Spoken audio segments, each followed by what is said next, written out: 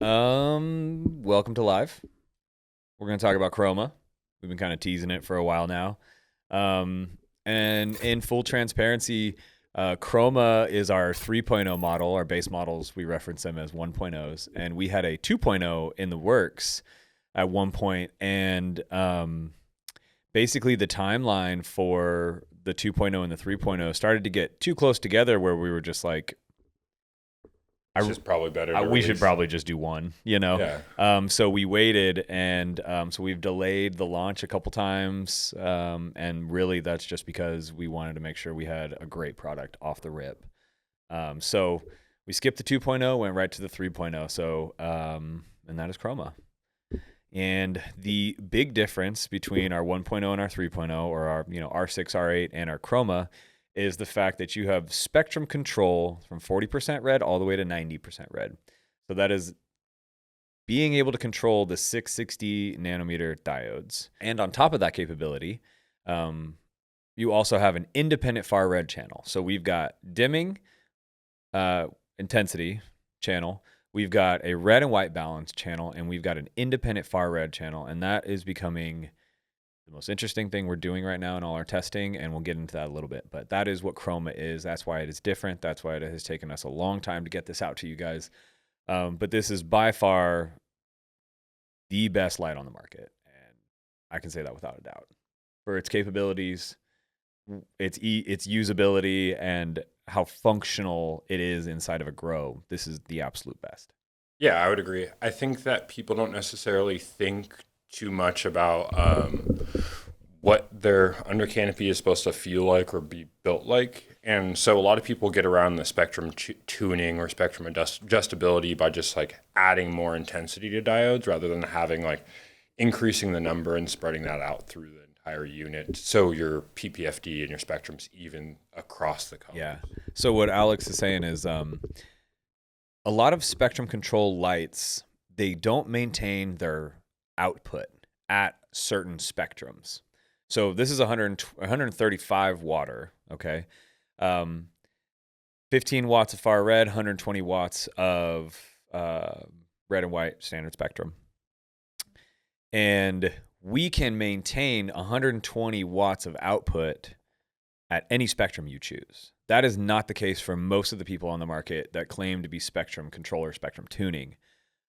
They are actually just dimming diodes, and they're not actually switching power to different diodes. So that's a really big selling point. Thank you for bringing that up, because I always kind of glaze over it. But it's something that like almost everybody else does, and we were like, well, that's lame. Like, we don't want that, because we're growers. We're like, we don't want that. Well, and it's also the different diodes have different like power needs and like different efficiencies, and so to make sure that that spectrum is or that intensity is even across the board as you switch colors, this is extremely important, especially for temperature control and Temperature, and then just like wear close, on the parts.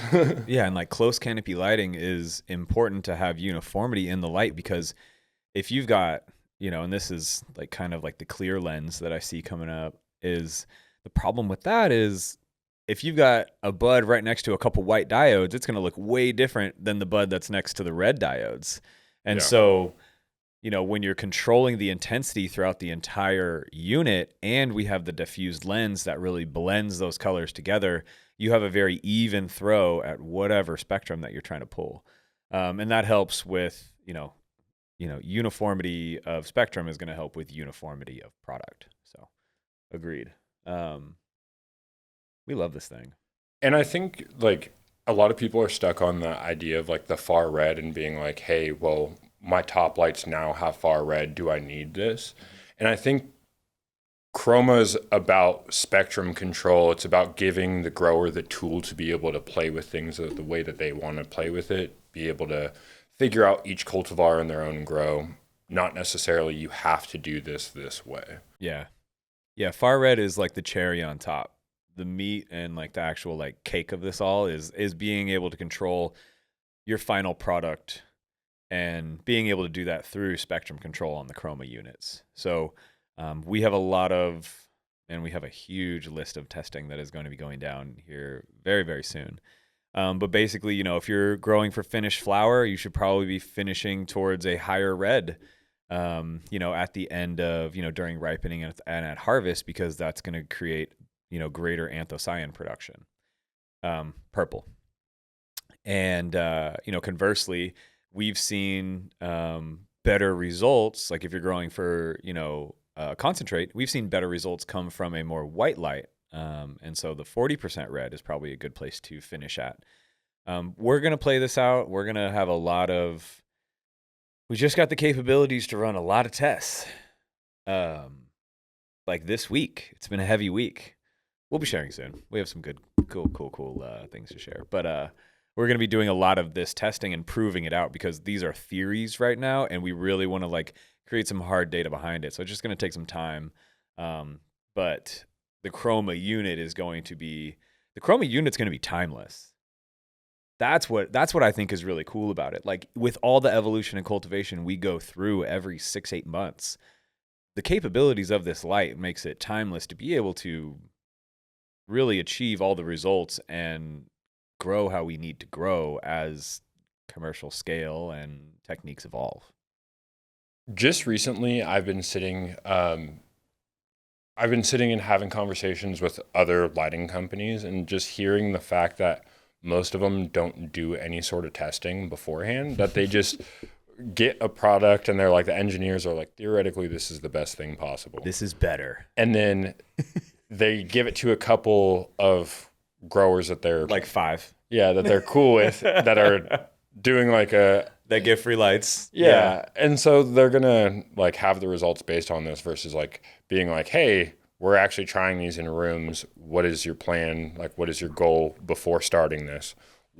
Watching it as it evolves through the whole process of them actually integrating it, being there, checking irrigation charts, doing all these different things with them, and being able to find out before we release the product. Because going back to something that you said in the beginning was this Chroma that we have in front of us is the 3.0. It originally was just going to be spectrum control. Mm-hmm. And then the testing window ended up being the same for the 3.0 and the 2.0. They just perfectly matched. And so we got the units both with far red 2 weeks after. And it's well, since we're already doing this, might as well just give the growers all the tools rather than just holding on to that and then waiting another. And we're not in this to have 17 different SKUs and lights and stuff. We just want the best stuff on the market, And I think I'm really, really happy that we were able to skip the 2.0 and go 3.0. I just think far red is, from what we are finding out with far red, preliminary. We're not saying anything is law yet, but it looks like it's going to be an absolute must-have in cultivation spaces in the near future. We are nearing the end of our second trial with Far Red on the Gelinate. If you guys have been following along, it's day 57 in there today, at day 50 last week. The ones with Far Red, we have basically half a bench with 3.0s and half a bench with 2.0s. So spectrum during the day, during lights on, exactly the same. And then the half of the bench with 3.0s is getting 5 minutes of Far Red after. And what's really cool about Under-canopy having Far Red is that you can dose very small areas. And you can't really do that with top lights, because you've got to turn them all on the same setting. They're all usually on the same line, or maybe you have 2 lines that you can control in a top light, typical room scenario. But with Under-canopy, we can do a half bench and really, really control the test. So it's irrigated the same, everything's the same genetic, same room, same bench.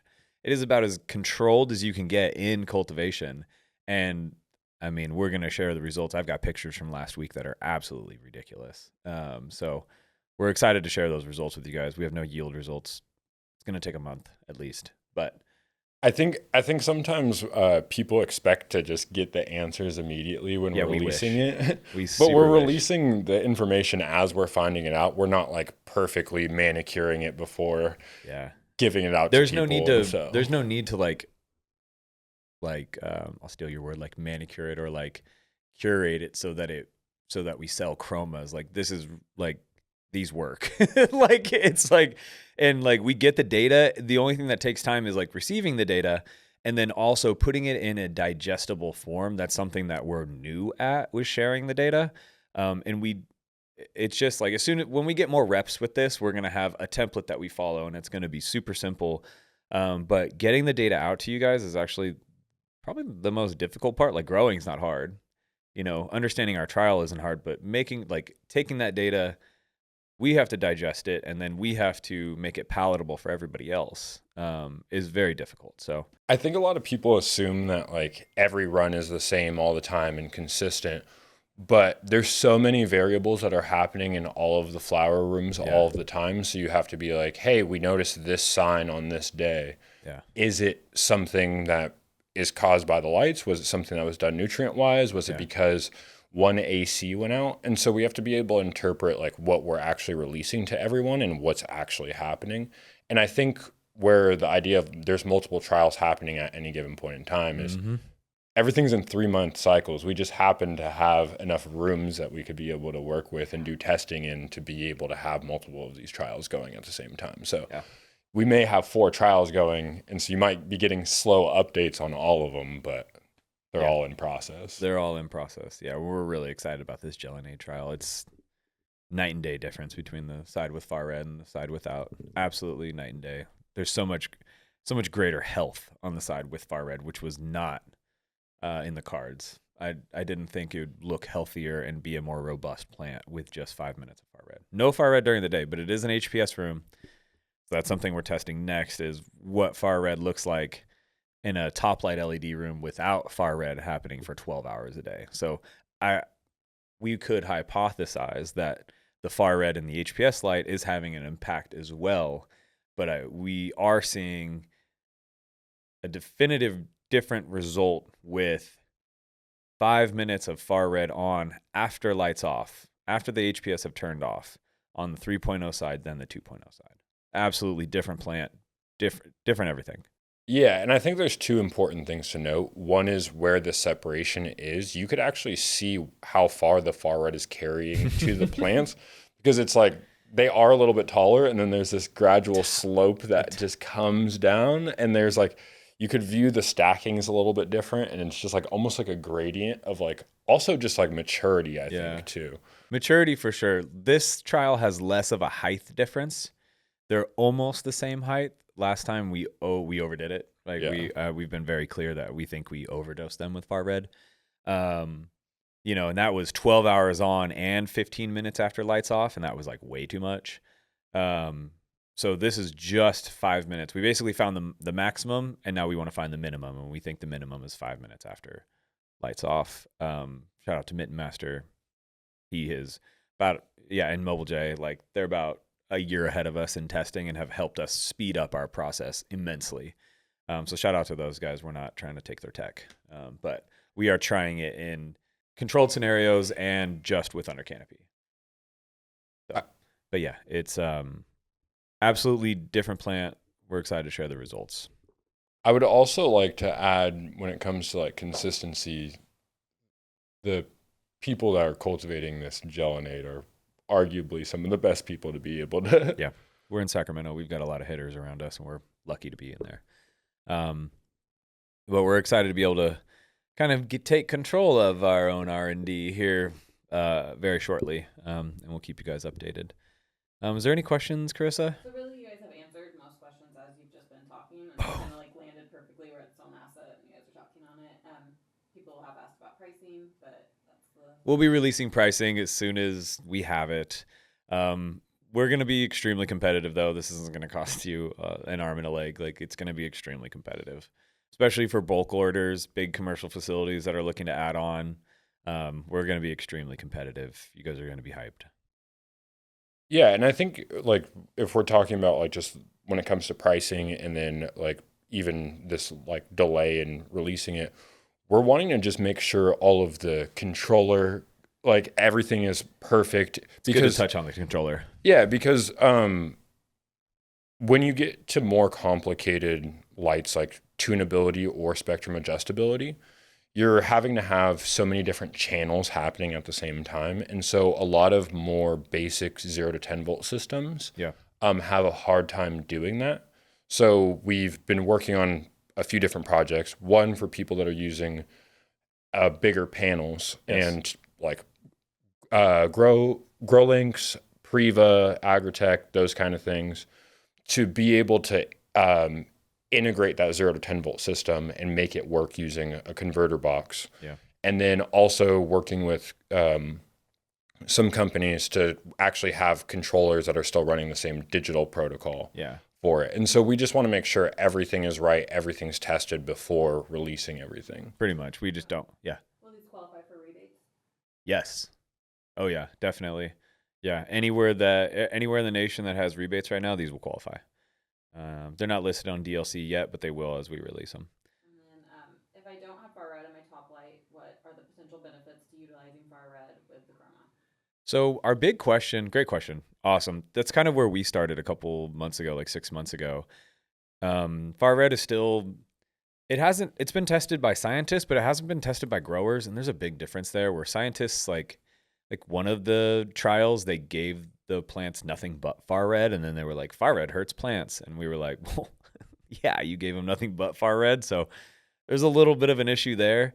From a cultivator standpoint, we're trying to figure out, our question was, can you just have far red from the bottom? Because it is much more cost effective to add under-canopies or replace your under-canopies with far red capabilities than to replace all your top lights for far red capabilities. So we were wondering if far red from below has the same effect. And Alex briefly touched on it just a second ago, but the far red, like the nanometer, the wavelength that it occupies is, for lack of a better term, extremely efficient. So we've got a half table getting far red on the current trial right now, and it's probably that efficiency, that far red, that wavelength is making it 3 or 4 plants farther into the table than the chromas are because it's such an efficient wavelength. So what we're seeing is you don't really need far red in your top lights. You can get by with far red in your under canopies. So that's the benefit, is you're going to be able to trigger, greater anthocyanin production for sure. And then we're seeing quicker flowering times. Those are the 2 main benefits you're going to get. We don't want to say, hey, you're going to cut off a whole week of flowering time. But needless to say, the Gelanade we were running is a 63 to 65 day strain. Always has been growing it for 5 years now. And I've never seen it look like this at day 50. Like it could have been harvested at day 50. And it was crazy. So anyway, yeah, and to note, so that's your big benefit. And to note, you're very comfortable with Gelanade. Yeah, Gelanade. I've grown Gelanade so much that I actually can't be in the same room when it's being harvested because I have like an allergic reaction. Like I have occupational asthma from Gelanade because the terp is so violent, for lack of a better term. Like it is just potent and just bleh. And I used to smoke a lot of it and I can't anymore. I can't be there when it's being harvested. I literally I get so jacked up. But yeah, so I've grown a ton of Gelanade. I've hit my best yield ever on Gelanade. Like that is I love growing her, but never seen her at day 50 look like this. Yeah, and I think what does far red do to your plants is still like very subjective. I know there's like, touching on the negative side of it, there's like the potential yield decrease, which we're trying to work through the variables on like how to make it so it potentially doesn't occur. Yeah. And then because it's faster flowering times, it's meaning just quicker maturity of the trichomes, like everything. So it is taking time away from that flowering cycle and the expansion of flower. So like there's certain strains that really kick off right at the end of flower. Mm-hmm. And so we're trying to figure out what the balance is of, hey, on these certain genetics, what is optimal for them? How much time are you going to cut off of, hey, Z might be very different than running these candy things. And then that might be different than running some of the old school stuff that's sitting around. So we're trying to, there's so many like variables when it comes to genetics and lineages that we're trying to do our best to be able to cover a spectrum of all of it, but we're testing these in commercial operating facilities. We don't just have like a bunch of tents with different strains going. These are 50 light rooms we're testing in, so we can't jack them up too much. Yeah, and this is all needing to be sold. So it's not just, hey, we're doing these tests like and burning the flower. I will say we're the only lighting company that smokes the product that we test on and sells the product that we test on. Most lighting companies, they're either growing hemp in a state where you really can't sell cannabis, and they send it for distillate, or they don't do any testing at all. There's like one or the other. We're the only lighting company that is actually smoking the product and making sure we're not having negative impacts to smokability and flavor translation. Well, and the palette too that comes with it, right? We're in Sacramento. We're by some of the. We're going to say we're in Sacramento like 18 times on this podcast, and we're very proud of it because it has some of the best smoker and grower culture in the world. Yeah, and if you think Proper Doinks guys are like 5 miles away from us. Yeah, and like we actively will ask them, being like, "Hey, how is this batch smoking? Like, how is this?" Like, some of the most harshest critics of things. Yeah. And so they don't hold back. And all the Blueprint guys, those guys are not going to hold back on us. Yeah, and so I think there's a difference between just like general smoking culture and then that kind of conversation of it. I know there's people like that all over the world, but we've got a big density of them. Yeah, and very, very close to us, which we are very fortunate about. And they're not shy to tell you that something's not. They'll tell you if it sucks. Yeah. So on the Gelato, there was a couple questions. Someone asked, "What did the trichomes look like at day 50?" And then someone else also asked, "Milky or amber at day 50?" Yeah. So we have pictures of two buds that were in a very similar location. They were both like kind of, they weren't like primary tops, like directly underneath the lights. They were more on the side, same side of the bench. And they were probably like you could call it like if there's the main top, it was like the secondary node. So we took pictures of two, one with no far red, one with far red. So we'll be able to get those out to you guys soon. We have a reel coming. We just, again, we're trying to curate this information, so we put it out there in the best way possible. And then trikes some of them were getting milky. The bud looked extremely finished. We didn't like pull a nug off and scope it. Yeah. To like really, really fully see the heads, but it's definitely more mature. And that's something that we noticed on the ADL run. Yes. With it was just Jordan and I, like, especially felt like the amount of trichome density was so much higher. Yeah, visually, the trichome density. Yeah. Maturity, you could argue. Yeah, you could argue maturity of bud and maturity of trichome is different in a commercial setting. However, we're looking for a certain finished product, and like milky and amber is something that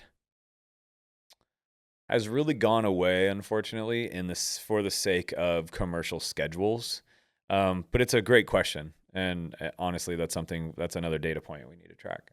Yeah, that'd be easy to get the guys in there, do some macros. Yeah, I would love to be able to have more time to be able to take close up photos and everything, microscope shots. Oh, soon, buddy, soon. Yeah. We've also been stepping into other people's households, let's say, like going into their. We go into other people's grows, and so we have to mind their schedules, of course. But yeah, those are great questions. What else we got? Are growers yet at a point where they want to have proprietary lighting cycles? For example, custom color mixing minute by minute. Ooh, yeah, probably not. Well, okay, what's like scale and what your end goal is really the question there.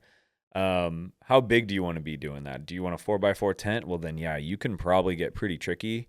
If you're running a couple hundred lights, even 100 lights, like you don't have time. There are way more important factors in cultivation than that.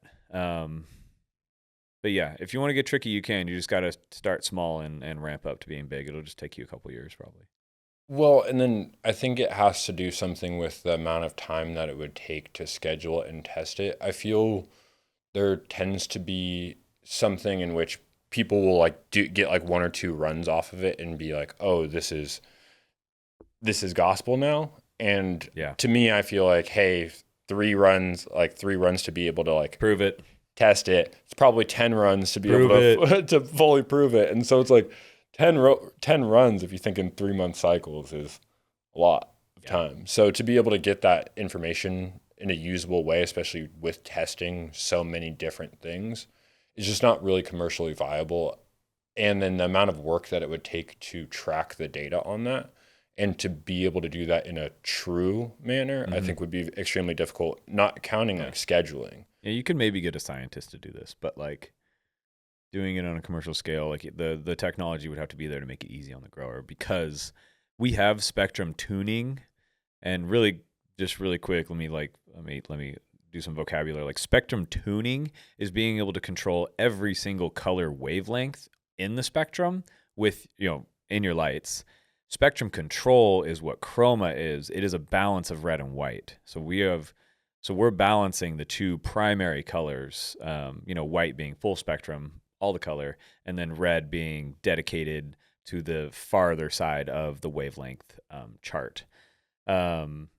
So if you most cultivators that have the capability of like true spectrum control in each color, they're not using it to their full potential because they have too many things going on the daily. And it's super, super easy to screw up your run by triggering the wrong color at the wrong time. Like Alex touched on, far red caused very, very stretchy plants when we were doing it in our first trial. So we cut that out.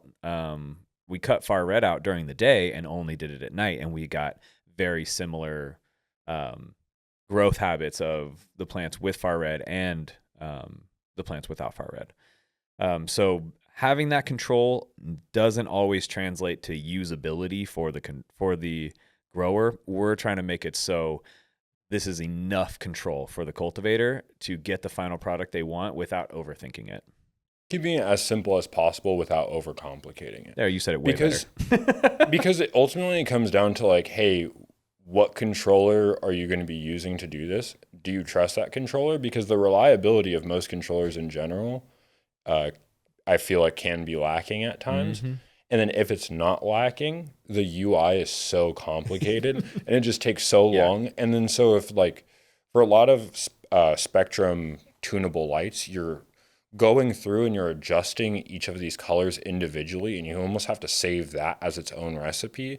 And so that on a commercial setting, like some of these it's 20 steps to be able to set one section of lights. And then you're going to be doing that with doing testing and side-by-sides and doing all of this stuff. Is it takes away a lot of time, and then the decision fatigue of like what you're going to actually be doing versus like, hey, checking to make sure that this is accurate and what's doing it, because what's coming out of the controller itself is actually what's happening on the lights, because sometimes those things don't line up.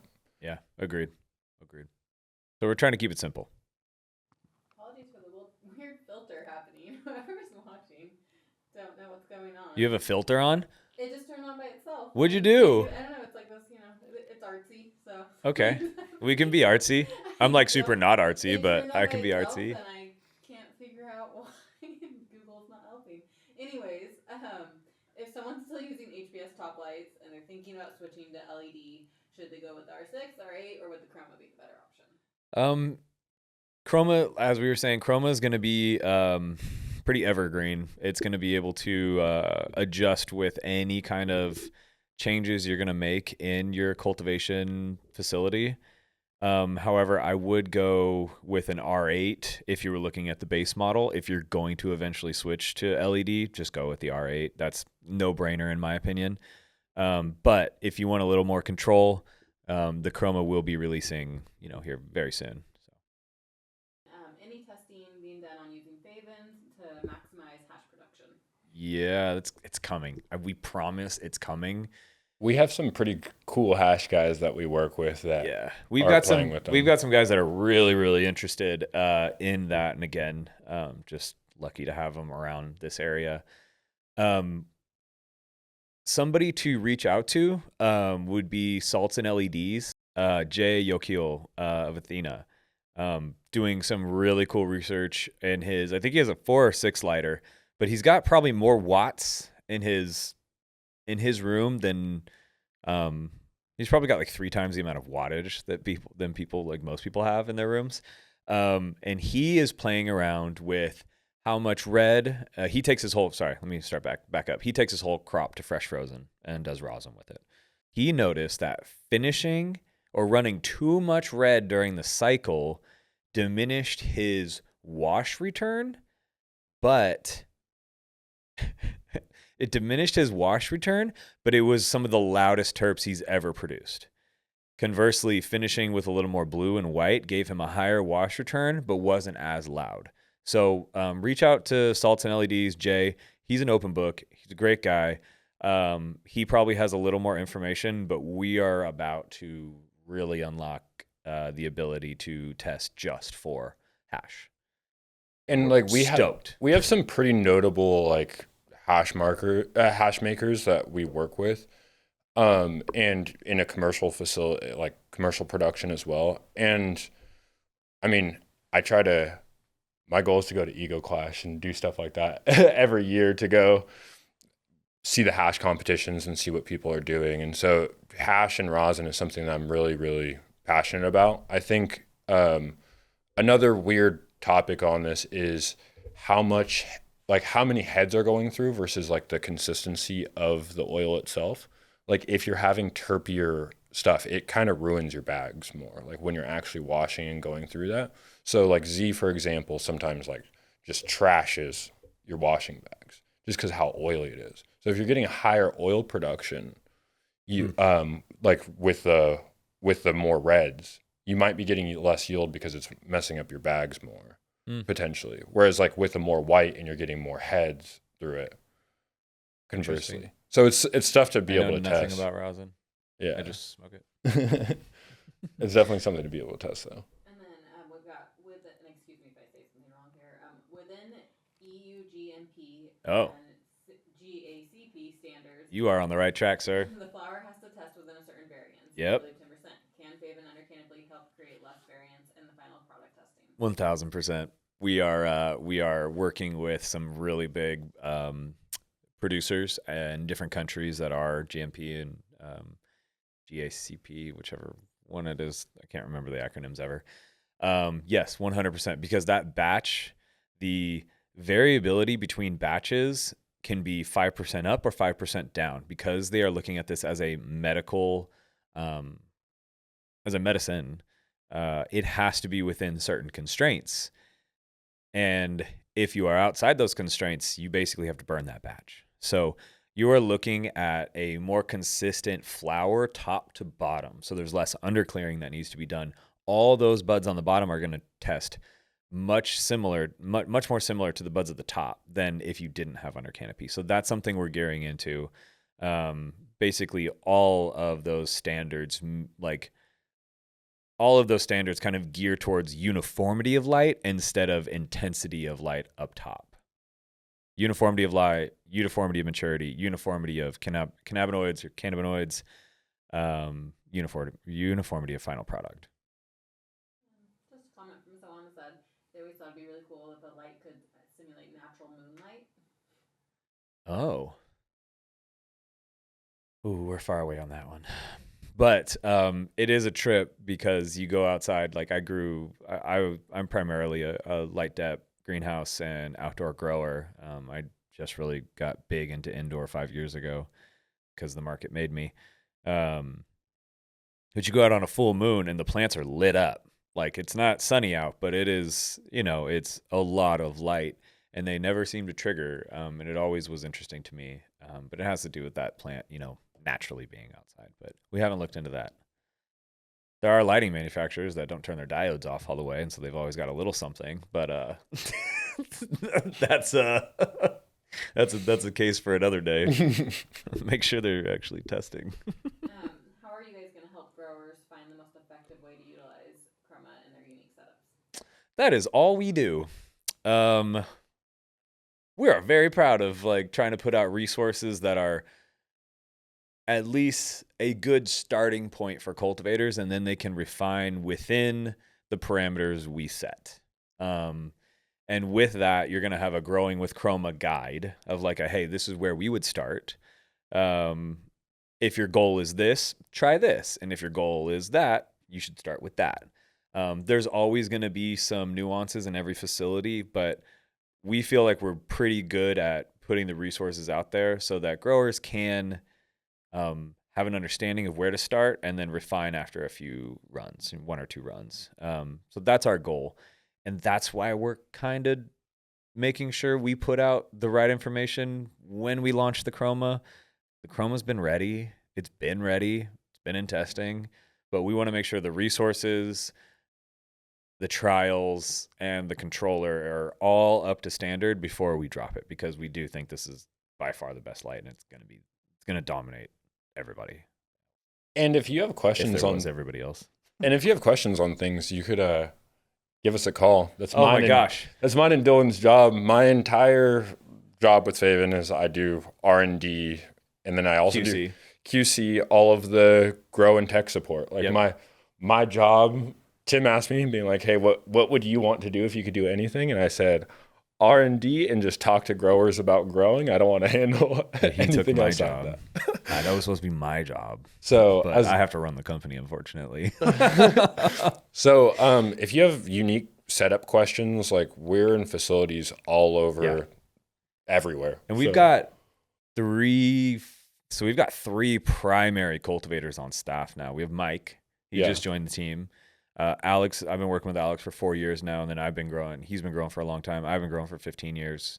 And then we have Dylan, who's our junior tech support, who's just been in grows for the last 6-7 years. He does all of the facility maintenance, and so HVAC, like any sort of AC, like DQ, setting all of that up. So he covers the entire basis. That's not the growing side of it, working with electricians and contractors, and he could really speak that language. So we're here to be able to help and support. So anything that you need, feel free to call and reach out. Once again, we are actual growers. We didn't go to school and then get hired by a lighting company, and they're like, he's the head horticulture guy. Like, no, we hired a bunch of cannabis cultivators because cannabis is much different when you learn it in a commercial setting than in a book. And I have both, and I can tell you it's better to learn it in person. And also, like, working with these commercial cultivations, a lot of them might not be saying what they're doing super publicly, but behind closed doors, everyone's like very communicative about like what they do for the most part. And so all of our resources are not like they're all of the culmination of different 800 installs. Yeah, we have 800 installs now in all those different situations. And I try to talk to as many people as I possibly can. We talk to a lot of growers. And just like trying to keep track of what they're doing, because like if someone's like, hey, I have this really, really unique AC or this really, really unique controller.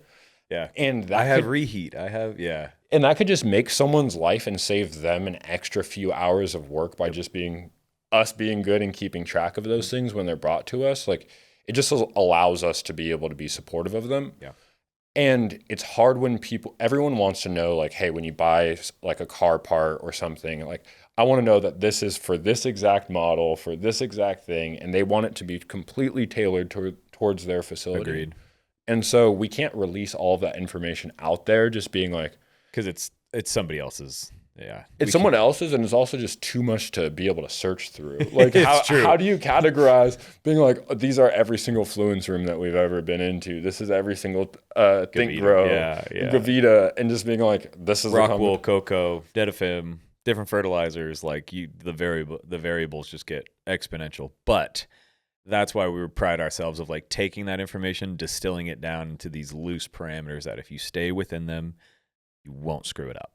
Someone is asking, like, you know, is R&D hard? Like, what's that like, collecting all that data? It is so like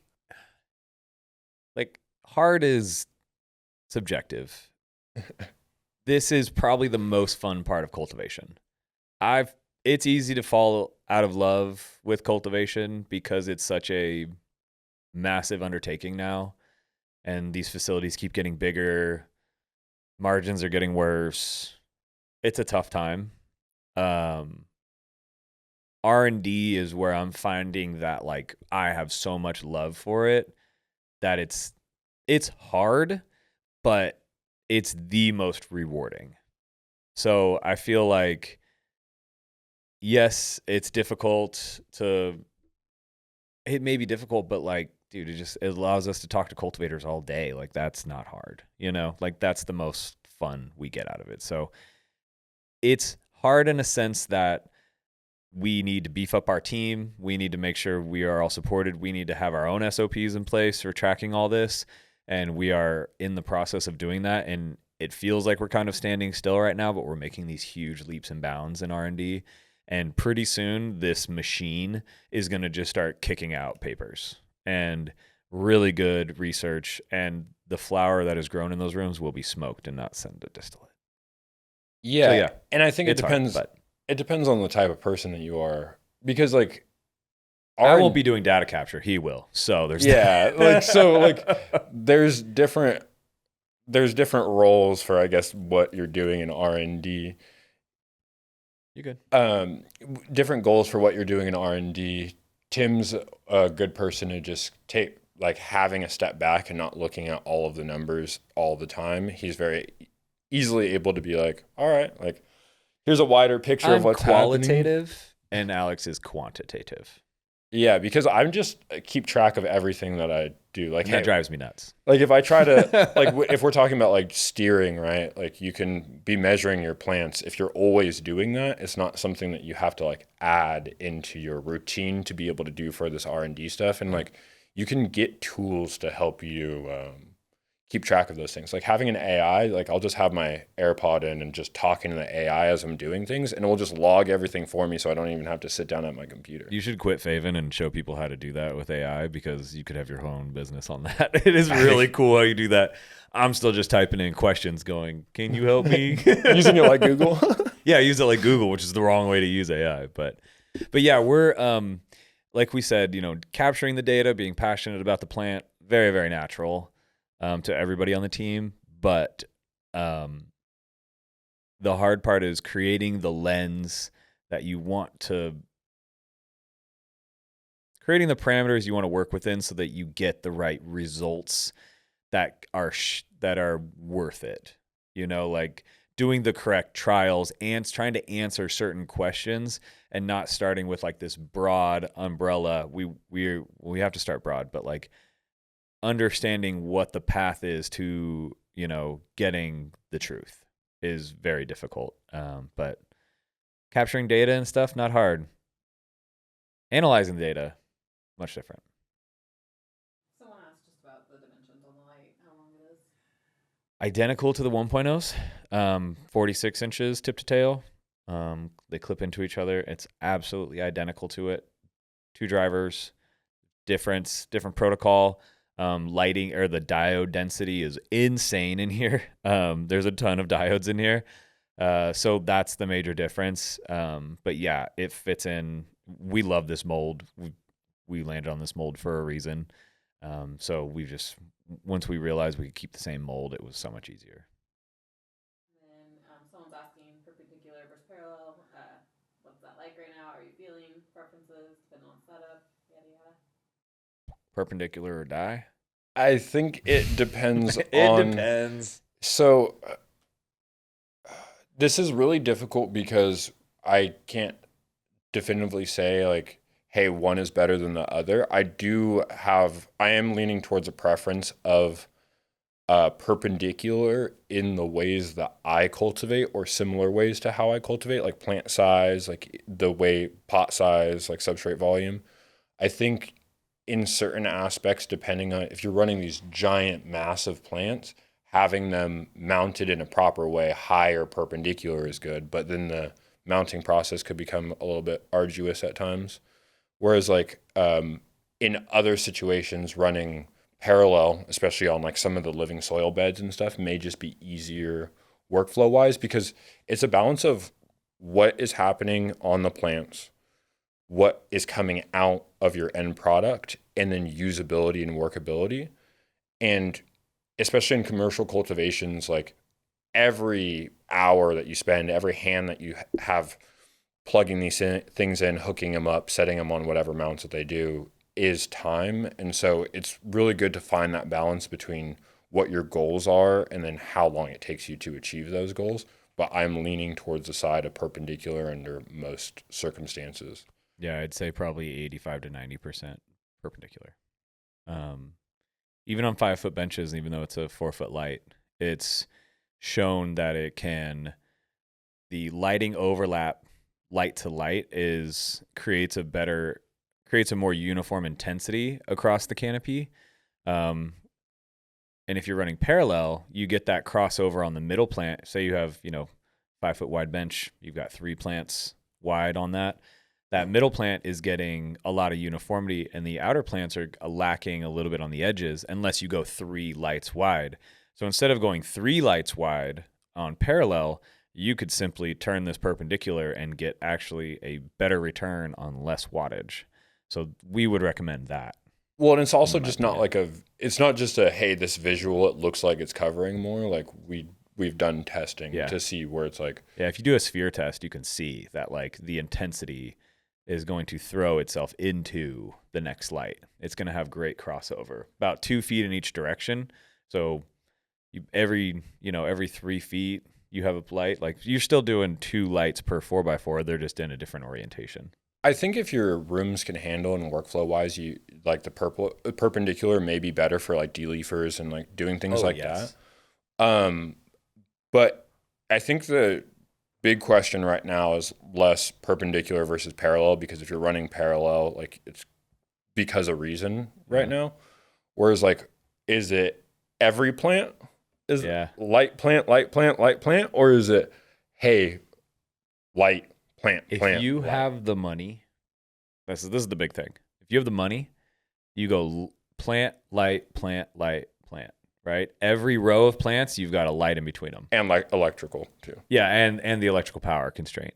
You do that, and you may not have to run the lights at 100%, because uniformity of light, again, will always prove out to be a better use of wattage than intensity in a certain location. So you're talking about being more uniform plant to plant.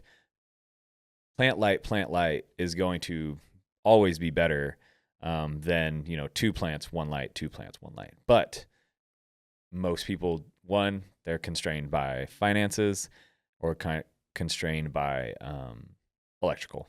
So do your best in that. I would run perpendicular in every situation that I currently cultivate in. Yeah, I think there's an argument that when running parallel on really, really small plants, like especially some of the double stacks that are just like instant flip effectively, that like running like bushier things, like anything sherby, or where it's like getting nodes all the way down to the bottom of the substrate effectively. Yeah. And those leaves are so like wide fingers that it potentially could cover more area. And so there's certain things where it's like the best thing to do is just if you have the capability, just do a side by side. Yeah, I would just do a side by side on the same genetic if you have questions. And if you want to figure out if you currently have Favens and you want to try perpendicular, send us an email, sales@favenlighting.com, and we'll make sure you have exactly what you need to run that one test. Because you'll just need a lot more jumpers. You just need jumper cables. Yeah. Same thing. What do you think it would take for more utilities to recognize under-canopy lighting as a rebate-worthy investment? From my experience, it genuinely impacts efficiency and energy savings. Yeah, we're talking about efficiency per square foot, and lighting companies are talking strictly on wattage. So we've had a lot of municipalities argue that it's just adding wattage, even though we're like, hey, they're going to get more return for those watts, and they're going to increase their overall grams per watt in their room. So it is an efficiency upgrade. I've had multiple conversations with municipalities that were originally saying no, and I've only had 2 kind of flip their thoughts. There is a third-party company that helps municipalities build out these rebates. It's called Ensave, ENSAVE. There's some great people over there. They're very knowledgeable. And they can help direct the municipality that you're working with. And then if you, who asked the question, if you need help figuring out rebates in your area, we have a big list. We know who plays ball. We know who's kind of a pain. So just shoot us a DM or shoot us an email at sales@favenlighting, and we'll get you hooked up with the best people we know. If you're in Maryland, California, Michigan, you pretty much have rebates just oozing out everywhere. Hit us up. We can get you hooked up with guys, especially Michigan. The Consumers is doing an extra 20% right now. I don't know why. They're just like, yo, here's 20% extra.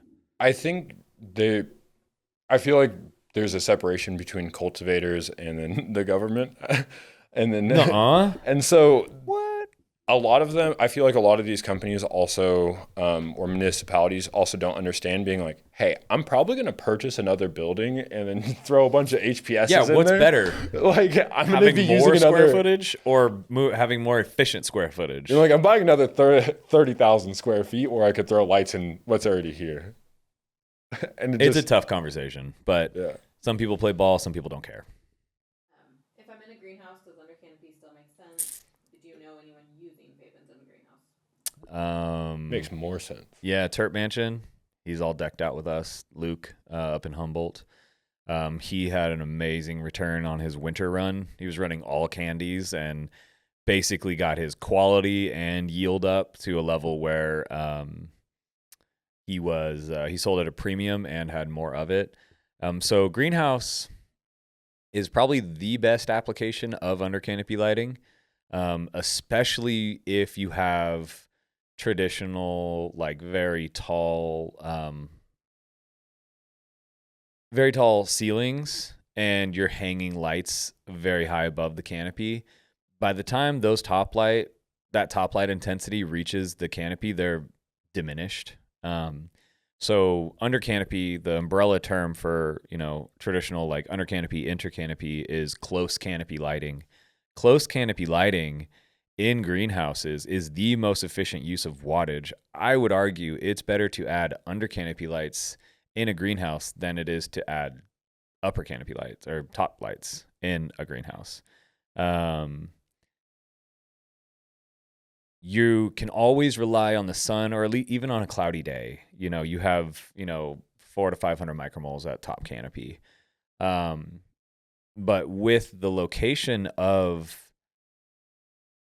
the lights, not only are you getting a better, more uniform product, but you're getting more of it, and the LEDs actually enhance the quality so much that we have people in greenhouses using it that are basically growing indoor now. Your return per watt in a greenhouse situation is extremely high when it comes to under canopy, because their greenhouses are underlit compared to most traditional indoors at this moment. The sun is always going to be more powerful, but you could, like, even on the brightest sunny day, it'd be better for you to throw a shade cloth over and turn on your under canopies. You'll still get a more uniform product. You'll still get way more yield. There's a couple other people that use under canopy. They just, in their greenhouses, they just prefer that we do not share their names. But they're some of the biggest guys in the game, putting out some of the best smoking flower, especially in the Northern California region. Yeah, and I think just winter runs in general, there's been people that have talked about like, oh, we just don't do winter runs, and now it's something that is like feasible for them to do. And then it's like, well, now we have work all year round. Yeah. So, and if you're on a power constraint, like I said, most greenhouses, you're going to have some top lighting. Most of them don't have enough top lighting. Instead of like adding more top lights, you got to add under canopy. You're going to get a way, way larger return. You're going to get a one-run return on investment, almost guaranteed in a greenhouse situation. And in an indoor, where basically every 9 out of 10 customers have a one-run ROI with Faven. So it's worth it on an indoor. It's definitely worth it on a... We're already in an hour? Damn. Any last questions? Got one. Kind of loaded. It's gonna be a lot. Oh. We'll end on a good one. Yeah. Running Favens, do I need to change anything? My environment, irrigation, top light intensity, what PPFD do you recommend trying to hit with under canopy? Okay. Ooh. So do you have our Growing with Faven guide? all of these questions. Link it in the story. Yeah, we can link it in the story. Download the Growing with Faven guide. It answers all those questions, but let me just do a really quick once over. If it's your first time using under canopy, I would dim your top lights just a little bit when you turn the lights on. I believe in a little bit of less is more and slow and low in cultivation practices. And if you turn everything 100% all at once, probably something bad's going to happen. So I would dim the top lights for a little bit and slowly ramp them up together and try not to cause any additional stress to your plants. Irrigation, you're going to see about a 10 to 15% jump in irrigation needs. That's because you're adding a greater demand on the plant and it's driving greater photosynthesis. With that, if you're watering 10 to 15% more, you have 10 to 15% more transpiration in your room. So that's dehum capacity. I'm gonna pause you real quick. I was rolling. Especially when it comes to irrigation, your substrate type really matters on things that are more that dry back a little bit harder, like 70-30 mix or rock wool. You might see a greater use of water, even though it might not necessarily translate into, especially on slabs, adding that much more water. So it's really dependent. Just keep a track on your sensors and be as on top of it as you can be. I would say if you're in rock wool, if you're doing like a 4x4 to a slab, you're going to love Under-canopy, and you're going to love that. Basically, that slab is such a reservoir that the plants are just booming with it. Full cocoa, a little bit easier to maintain. He mentioned 70-30. Nobody knows what 70-30 is outside of Sacramento. 70% cocoa, 30% perlite. It's something that is just really big around here. That's what I prefer to grow in. I actually do not like full cocoa. It's kicked my butt a couple times. There's some Michigan guys in 50-50. Yeah, I used to run 50-50. That's sketchy now. That's intense. That's like running rock wool. So 70-30 is good. So food, your input EC may need to escalate. If you see a deficiency within your plants, you could increase your input EC or ppms by 10%, whatever you're at. If you're at 3.0, jump it to 3.3. But make sure it's an actual nutrient deficiency and not just your plants drying back too much because they need more water. A lot of times it's water stress, not nutrient stress. On that topic as well, a lot of times I think we've seen cultivators add nutrients when they didn't necessarily need to either. Like if they have a lot of control over their substrate, you could also, with that irrigation frequency change, you can adjust your like resting EC in your substrate to be able to like really do that without having to add in certain circumstances where other ones, certain genetics really like that increase in food input EC. Agreed. And then ramp up schedule. I like to turn it on early, low, ramp up slowly, get to 100% or your target intensity. I like to get to 100%, and then you can dial back at the end if you want to. But usually I like to get to 100% by like between day 21 and 24. No real stress there. I'd rather see plants get low levels of under-canopy lighting earlier than turning on at a higher intensity later in flower. To each their own. But those are the two primary ways. I just like to be slow and low. Okay, I think I covered a lot. But you need the Growing with Faven guide. That is like seriously the best there is. Anyway. Oh, do we still have the filter? Oh, you got it down? All right. All right, guys. Appreciate it.